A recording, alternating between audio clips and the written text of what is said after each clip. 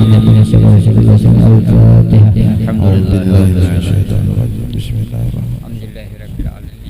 صراط الذين عليهم غير المغضوب عليهم ولا الضالين رب اغفر لي ولوالدي آمين. Assalamualaikum warahmatullahi wabarakatuh. Waalaikumsalam. Bismillahirrahmanirrahim. Alhamdulillahi rabbil alamin. Wa bihi nasta'in ala umuri dunya waddin wa ala alihi wa sahbihi wa man tabi'ahum bi ihsanin ila yaumiddin. Subhanaka la ilma lana illa ma 'allamtana innaka antal alimul hakim. Wala haula wala quwata illa billahil aliyil azim. Rabbi shrah li sadri wa yassir li amri wahlul 'uqdatam min lisani yafqahu qawli bi rahmatika ya arhamar rahimin. Allahumma adkhilni mudkhala sidqin wa akhrijni mukhraja sidqin waj'al li min ladunka sultanan nasira. Nawaitu ta'allum wa ta'lim wa naf'a wal intifa' wa tadhakkur wa tazkir wal ibadah wa istifadah wal hasi ala tamasuk bi kitabillahi azza wa jal wa dalalah alal huda wa du'a ilal khair ibtigha mardatih wa thawabih wa ajrih wa qurbih minallahi subhanahu wa ta'ala. Kembali kita panjatkan rasa syukur kehadirat Allah subhanahu wa ta'ala yang senantiasa melimpahkan, memberikan hidayah beserta taufiknya kepada kita hingga kita bisa berhadir, bisa berkumpul, bisa berjumpa, bersilaturahmi di majelis dan di pondok pesantren Hidayatul Quran di sore yang berbahagia ini. Selawat beriringkan salam selalu tercurahkan kepada Nabi kita, Nabi besar Muhammad sallallahu alaihi wasallam, dan salawat serta salam tercurahkan kepada kerabat-kerabatnya, pengikutnya ila yaumil qiyamah. Yang kita cintai, kita muliakan para habaib, para alim ulama, para guru-guru agama, para tokoh masyarakat, para hadirin wal hadirat rahimakumullah.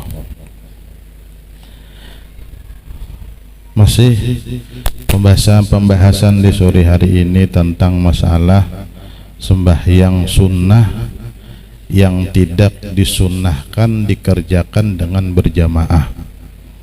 Semalam ada beberapa macam sampai kepada yang kelima daripada macam-macam sunnah yang tidak disunnahkan dikerjakan dengan berjamaah. Yang kelima, sembahyang sunnah yang tidak disunnahkan berjamaah disebutkan yaitu sembahyang sunnah wudu. Jadi imbah kita tuntung menyelesaikan wudu, maka kita sembahyang sunnah wudu itu disunnahkan. Nah, jadi hadisnya hadis masyhur yang diriwayatkan oleh Al-Imam Bukhari dan Muslim daripada Sayyidina Abi Hurairah radhiyallahu ta'ala anhu wa ardhah anna Rasulullah sallallahu alaihi wasallam qala, bahwasanya Rasulullah sallallahu alaihi wasallam berkata, ya Bilal hadisni bi arja amalin fil Islam. Wahai Bilal, ceritakan olehmu kepadaku dengan sebuah amal yang paling engkau harapkan di dalam agama Islam. Jadi ujar Rasulullah, Bilal, amalan apa? Nang amalan itu ikam sangat harapkan pahalanya di dalam agama Islam. Fa inni sami'tu daffa'na laika baina yadayya fil jannah. Karena ujar Nabi sallallahu alaihi wasallam, sesungguhnya aku telah mendengar ketiplak sandal ikam di hadapanku di surga. Jadi ketiplak sandal Bilal itu sudah kedengaran Rasulullah di dalam surga berbunyi sudah. Jadi ada bisyarah kepada Sayyidina Bilal bahwasanya Sayyidina Bilal ini sudah kedengaran langkah telapak sandalnya di surga oleh Rasulullah. Berarti pacang masuk surga atau ini hadis sahih yang diriwayatkan oleh Imam Bukhari dan Muslim. Kemudian ujar Sayyidina Bilal, qala Sayyidina Bilal berkata, ma amitu amalan arja indi, tidak ada aku beramal daripada sebuah amal yang lebih aku harapkan min anilam atatahhar tuhura, daripada bahwasanya aku berwudu dengan sebuah wudu pisaatin min layalin au naharin, di waktu malam ataupun di waktu siang, illa sallaitu bidzalika tuhur ma kutibali an usalliya, tidaklah aku berwudu dengan sebuah wudu di malam atau di siang hari terkecuali setelahnya aku sembahyang dengan sembahyang yang Allah mudahkan kepadaku. Jadi setiap kali imbah tuntung berwudu, Sayyidina Bilal ini sembahyang dua rakaat. Nah, maka itu amalan Sayyidina Bilal bin Rabah. Jadi bilainya batal berwudu, kemudian sembahyang 2 rakaat, nah, atau lebih bila dimudahkan oleh Allah Ta'ala lebih minimal 2 rakaat. Nah, maka itu salah satu amalan yang luar biasa. Maka amalan itu diamalkan oleh Sayyidina Bilal sehingga katiplak sandal Sayyidina Bilal itu kedengaran oleh Nabi SAW dalam surga. Nah, cuman sebahagian kita mungkin kan pernah bahkan mengerjakan sembahyang sunnah wudu ini. Nah, padahal luar biasa lah. Bahkan ada cerita masyhur diceritakan bahwasanya ada seorang laki-laki datang kepada Abul Hasan Asyadzili. Seorang laki-laki ini meminta kepada Abul Hasan Asyadzili untuk mengajarkan dia tentang ilmu kimia, merubah sesuatu kepada sesuatu yang lain, ilmu kimia ajar kita. Nah, kemudian Abul Hasan Asyadzili menerima permintaan laki-laki ini dengan 2 syarat. Yang pertama, berdiam di sisi beliau selama 1 tahun dan memelihara wudu di dalam setahun itu. Jadi bilanya batal wudu, bila batal wudu, itu disuruh mengamalkan wudu. Kemudian setelah berjalan 1 tahun, laki-laki ini mencibuk banyu ke dalam sumur, kemudian pas dibangkitnya sekalinya hibak seimbiran emas. Nah, kemudian emas tadi diruaknya pulang ke sumur karena zuhud dengan dunia sebab mengamalkan wudu. Kemudian datangi guru Sidin Abul Hasan Asyadzili, diceritakan cerita yang terjadi kepada laki-laki ini. Ujar Abul Hasan Asyadzili, sekarang engkau menjadi ahli kimia. Dengan apa? Dengan mengamalkan wudu. Jadi baguslah wudu ini diamalkan. Bahkan ada perkataan, siapa yang memelihara wudunya kemudian ia meninggal dunia, meninggal dalam keadaan husnul khatimah. Jadi bagus memelihara wudu, bila batal wudu, itu baguslah. Bahkan disebutkan ada sebuah perkataan, barang siapa yang membaca ayat kursi imbah tuntung baudu yukta sawaba arba'ina aliman. Siapapun yang membaca ayat kursi imbah tuntung baudu, baca ayat kursi imbah tuntung berdoa tuh lah. Imbah kita berdoa baudu, imbah baudu, kemudian kita berdoa asyhadu an la ilaha illallah, seterusnya tuntung hanya baca Allahu la ilaha illallah hayyul qayyum, ayat kursi sekali, maka diberikan 40 pahala orang alim. Jadi banyak amalan-amalan yang bagus. Salah satunya tadi memelihara wudu, itu fadilah tentang masalah wudu. Kemudian banyaknya 2 rakaat sembahyang sunnah wudu, banyaknya 2 rakaat dikerjakan setelah berwudu, tapi dikerjakan imbah tuntung baudu langsung sembahyang. Nah, imbah tuntung baudu siap-siap langsung dikerjakan sunnah wudu. Niatnya aku perbuat sembahyang sunnah wudu 2 rakaat karena Allah Ta'ala. Sahajaku sembahyang sunnah wudu 2 rakaat karena Allah Ta'ala. Usalli sunnatal wudu'i raka'ataini lillahi ta'ala. Nah itu sembahyang sunnah wudu. Kemudian pulang yang ke-6, sembahyang sunnah ihram, banyaknya 2 rakaat, dilakukan setelah selesai memakai kain ihram. Sebelum berniat ihram haji atau ihram umrah, maka kita bersiap-siap dulu, mandi segala macam, berbersih, bersiap-siap, kemudian kita memakai kain ihram. Nah, biasanya kan itu kita sembahyang apa ngarannya, ada masjidnya spesial karena di tanah haram. Nah di situ ada disiapkan orang sebelum kita mengambil miqat untuk meniat ihram haji atau ihram umrah, maka di tempat itu ada disiapkan masjid untuk sembahyang. Kita sembahyang dulu, sembahyang hanya sembahyang sunnah. Nah jadi kita berusaha, itu salah satu niat berusaha nambaik lah berhaji lah. Jadi target hidup itu harus menyempurnakan rukun Islam nang 5. Yang pertama kan ya 1 daripada nang 4, insya Allah kita sudah tegawi, mengucap 2 kalimat syahadat, mendirikan sembahyang, puasa bulan Ramadan, bayar zakat sudah. Nang 5 menunaikan haji, itu rukun sembahyang, rukun Islam kita. Jadi target kita berusaha mana nih nang 5 nih. Percuma kita lah berharta banyak, berduit banyak, mun kada tulak Makkah haji. Namunnya kada kawa, kada ada paksaan di dalam haji. Nah cuman ada sebahagian amalan-amalan yang amalan itu dimudahkan oleh Allah Ta'ala untuk berangkat haji. Salah satunya kan ada salawat. Salawat dibaca imbah tiap sembahyang 4 kali, bila hari Jumat 40 kali. Bacaannya Allahumma yassir lana ziyarata Makkata wal Madinati ibarakati Sayyidina Muhammadin sallallahu alaihi wasallam.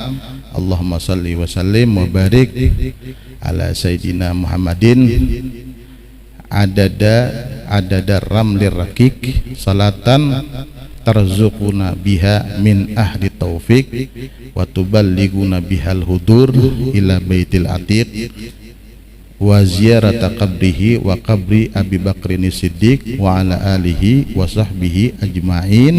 Dibaca setiap hari, setiap kali tuntung sembahyang 4 kali, bila hari Jumat, bila sudah sampai ke masjid dibaca 40 kali. Itu memudahkan bagi kita untuk diberikan rezeki oleh Allah sampai ke tanah suci Mekah, ke Makkah dan ziarah ke Madinah kubur Nabi sallallahu alaihi wasallam. Nah, amunnya usahanya kita dari segi zahir sulit. Mun kita lah umpamalah memikir-mikir nih penghasilan manurih 50.000, dada akalnya hendak ke Makkah pula. Dada akalnya 50.000 sehari usaha, jangankan hendak ke Makkah. Ini nukar kopernya aja kada kawa belum, kayak apa hendak ke Makkah. Jangankan hendak sator nang 25 juta nih tuh kita. Kan hatap aja bungkasan kada kawa bali belum. Nah coba jalan nang lain pulang, pian sudah berusaha tapi belum sugih lagi. Nah berusaha pulang liwat amalan, beramal sedikit-dikit tuh. Nah mudahan Allah Ta'ala beri keajaiban. Timbul tasipak amas ke susubuhan deh tahu pian. Ini nang kayak tongkol tuh kan segena-genal gin. Turun di rumah tasipak amas kayak tongkol. Ada berasa lagi kan no biru betis kada bapak. Nah kemudian kan gak Makkah. Nah, salah satunya mempermudahkan tadi amalan. Amalannya itu dituangkan juga di dalam mana pengarannya nih. Nah, ini dituangkan juga di dalam risalah amaliyah. Nah, ada juga di dalam situ amalannya. Jadi kena mencari aja amalan yang dilajarakan tadi aja kada hafal langsung, nyata ya kada hafal langsung. Nah, kena cari karanya di risalah amaliyah. Nah, halaman berapa nih nah? Nah, ada di halaman. Oh ini ada halaman 196, amalan supaya dimudahkan oleh Allah sampai ke tanah suci Makkah. Beramalan itu tadi jarun, amunnya secara zahir ada akalnya jar sampai ke Makkah nih jah. Jangankan ya nak nukar tiket pesawat mendaftar haji, ayat hatap buruk aja rumah singgang hendak mengganti belum. Pada tahu kita rezeki itu Tuhan yang mengatur. Masalah rezeki, jodoh, kematian itu Tuhan yang mengatur. Kita beriman dan berkeyakinan lawan Tuhan yang sama yang diyakini oleh para anbiya, sama yang diyakini oleh para aulia, sama yang diyakini oleh orang soleh, dan sama yang diyakini oleh orang alim, dan memohon kepada sama satu pintu kepada Allah Subhanahu wa ta'ala sambil berdoa. Nah, karena Allah ta'ala sudah berjanji mengabulkan doa kita. Kadang-kadang lah kita kada dihajikan secara zahir, dalam mimpi kita dihajikan oleh Tuhan. Alhamdulillah di mimpi bareng dulu. Tara saya bawa keliling di Ka'bah dah mimpi. Nah, tapi amun hendak Ka'bahan banyak aja pang wah inilah diparingin gin wah ini banyak ada juga Ka'bah. Diparingin ada Ka'bah amun hendak gambar lawan Ka'bah itu nyaman aja pang, cuman maksudnya ini kan sampai ke Makkah. Bila nya kada secara zahir barang dalam mimpi, Allah Subhanahu wa taala memberikan kemudahan lawan kita. Ya simpulnya kita adalah amalan-amalan untuk kita memudahkan sampai ke negeri Mekah, tapi sambil berusaha. Jadi di banyaknya 2 rakaat, nah dikerjakan 2 rakaat. Niatnya aku perbuat sembahyang sunnah ihram 2 rakaat karena Allah Ta'ala. Lapas niatnya usalli sunnatal ihrami rakataini lillahi ta'ala. Sajaku atau ku perbuat sunnah ihram 2 rakaat karena Allah Ta'ala.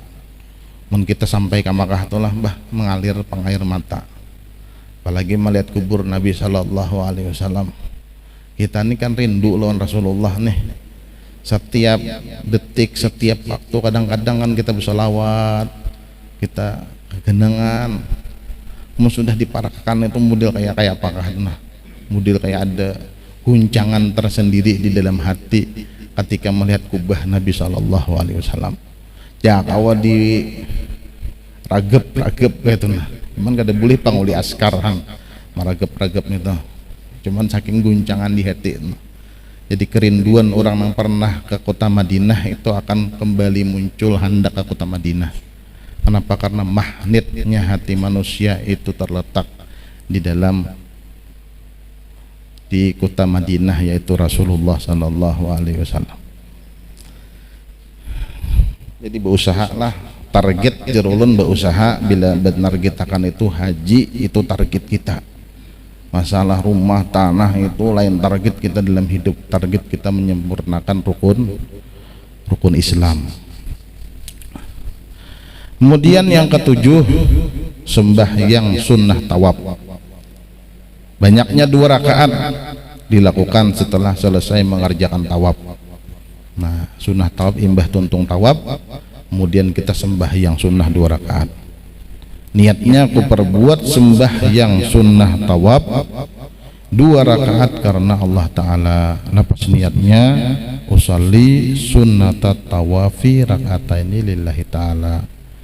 Sajaku atau ku perbuat sembahyang atau sunnah tawaf 2 rakaat karena Allah Ta'ala. Mudah-mudahan apa yang kita dengarkan memberi manfaat, mudah-mudahan ilmu kita diberkahi oleh Allah Subhanahu wa Ta'ala, dan mudah-mudahan kita diberikan rezeki, diberikan umur panjang sehingga kita bisa kembali atau bisa sampai ke negeri Makkatul Mukarramah, ziarah kubur Nabi Sallallahu Alaihi Wasallam, dan mudah-mudahan kita dimudahkan urusan dunia kita dan urusan akhirat kita, dan mudah-mudahan segala hajat dan permintaan kita diijabah oleh Allah Subhanahu wa Ta'ala, dan mudah-mudahan segala masalah daripada kita mudah-mudahan Allah angkat segala masalah-masalah kita, dan mudah-mudahan keturunan zuriat kita dijadikan orang yang saleh dan salihat, selalu membantu agama Rasulullah Sallallahu Alaihi Wasallam. Wallahu ta'ala a'lam.